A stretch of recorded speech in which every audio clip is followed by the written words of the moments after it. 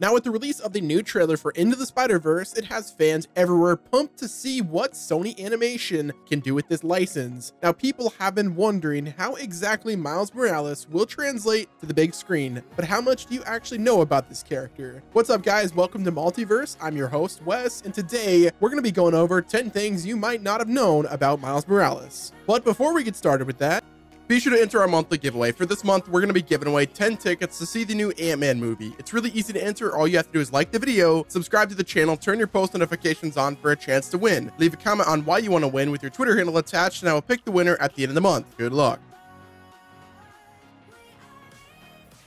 Number 10, Miles Morales first appeared in issue number 4 of Ultimate Comics Fallout, which was published in October of 2011.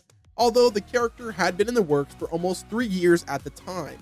The first discussions at Marvel of the possibility of a Black Spider-Man reportedly happened around September of 2008, a few months before Barack Obama was elected president. And according to Axel Lonzel, the editor-in-chief of Marvel at the time, he said, and I quote, "We realized we were standing at the brink of America electing its first African-American president, and we acknowledged that maybe it was time to take a good look at one of our icons. So they decided to work on an African-American replacement for Peter Parker, but only for the Ultimate Universe, as they didn't want to get rid of Peter Parker completely. And also, the Ultimate Universe was already full of reimagined characters, so Morales would fit in just fine. However, it would take another 3 years until Morales debuted in the comics after the death of the Spider-Man story arc, in which Peter Parker is killed by the Green Goblin. Miles Morales becoming Spider-Man marked the transition from the Ultimate Spider-Man comic series to the Ultimate Comics Spider-Man series.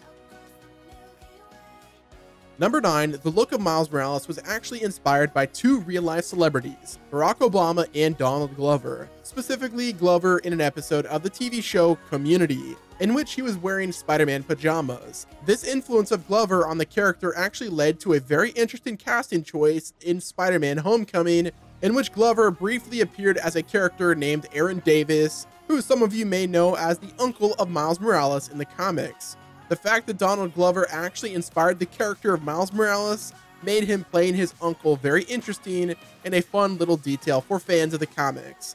Although it is unclear as of the recording of this video if Miles Morales is actually going to appear in the Marvel Cinematic Universe, as his character was only alluded to in Homecoming and not actually officially introduced.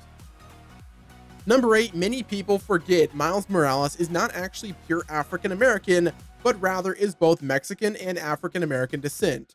While Morales is the first Black person to be Spider-Man, he is actually the second Mexican person to be Spider-Man. Back in the early 90s, Marvel was experimenting with other versions of Spider-Man, one in which was Spider-Man 2099, created by Peter David and Rick Leonardi. This character debuted in issue 365 of The Amazing Spider-Man, which was published in 1992, and his alter ego was Miguel O'Hara, a geneticist in New York City who was of Mexican descent. So while Miles Morales may be the first Black Spider-Man, he is actually the second Latino Spider-Man.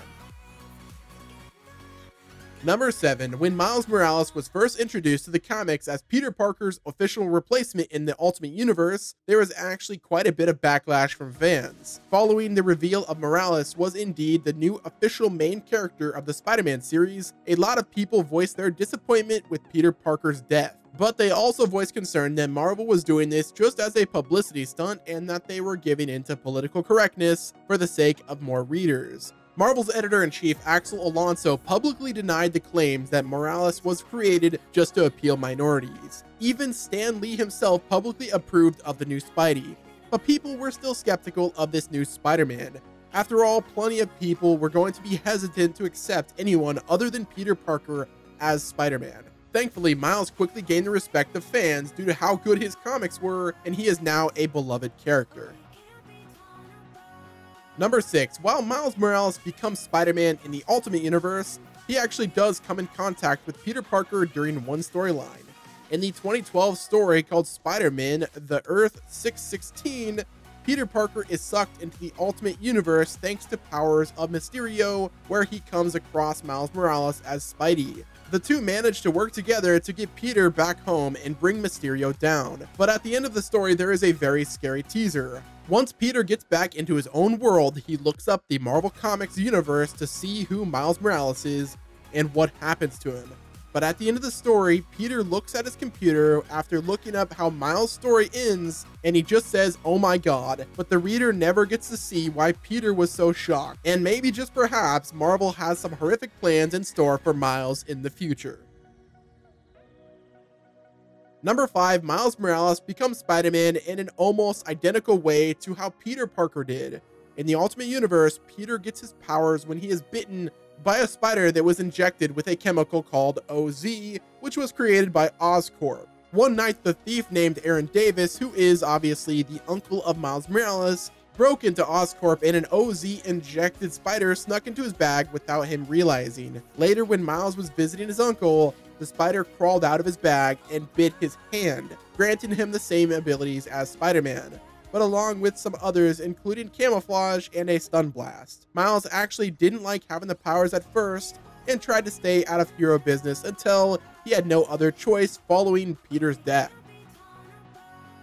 Number 4, one popular story arc from Peter Parker's time as Spider-Man is the time where he stopped being Spidey so he could have a normal life. This arc was also the basis for the 2004 movie Spider-Man 2. But did you know that Miles Morales also went through that period of time in which he quit being Spidey, and that his quitting was due to a fight that he had with Venom? In an arc of the comics called Venom War, Miles Morales gets into a brutal fight with Venom that Venom almost wins, but Miles' mother comes in and started shooting a gun to get Venom's attention, at which point Venom grabbed them both and started to consume them.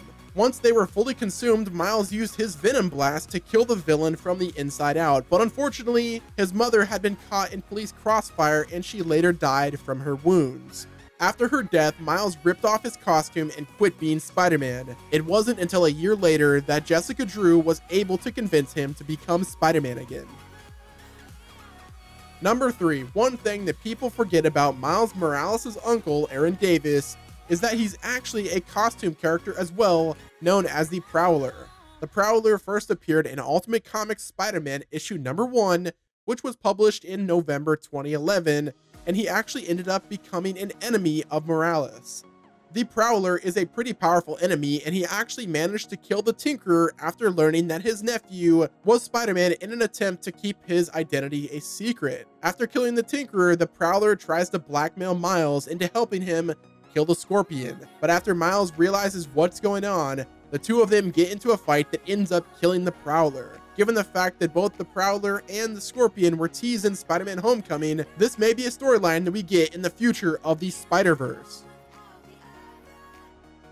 Number 2, speaking of Spider-Man Homecoming, did you know that part of the story of that movie was actually inspired by a Miles Morales story from the comics? After the Secret Wars story arc, Aaron Davis is alive on Earth 616, and he manages to get his hands on the Iron Spider armor, at which point he gets some other criminals together to create a new Sinister Six, and they go to steal the SHIELD helicarrier. This is very similar to the story of Spider-Man Homecoming, in which the Vulture tries to get his hands on some superhero tech, puts a team together, and tries to hijack one of Tony Stark's planes. Also, the Iron Spider armor seen in the arc of the comics is the version that the Marvel Cinematic Universe's Iron Spider armor was based on. Number 1, while it hasn't been officially stated, it's actually thought that Miles Morales is immortal in the Ultimate Universe when Norman Osborn is talking about the possible side effects of the OZ formula, the formula that infects the spider that bites Miles. He lists immortality as something that could happen, since Osborn himself stated that this could happen and Miles Morales has the Oz chemical in him. This could very well mean that he is actually immortal, although this is never explicitly confirmed or denied in the comics. I guess only time will tell. But yeah, guys, that's going to wrap it up with 10 things that you didn't know about Miles Morales. If you guys enjoyed this video, do me a favor, hit the like button, subscribe to the channel, and turn your post notifications on. And be sure to let us know down below which fact on this list did you not know about Miles Morales. And if we missed any facts about Miles Morales you think that should be added to the list, please sound off in the comment section below. Thank you guys all once again for watching this video. This has been Wes, and I will talk to you guys next time in the Multiverse.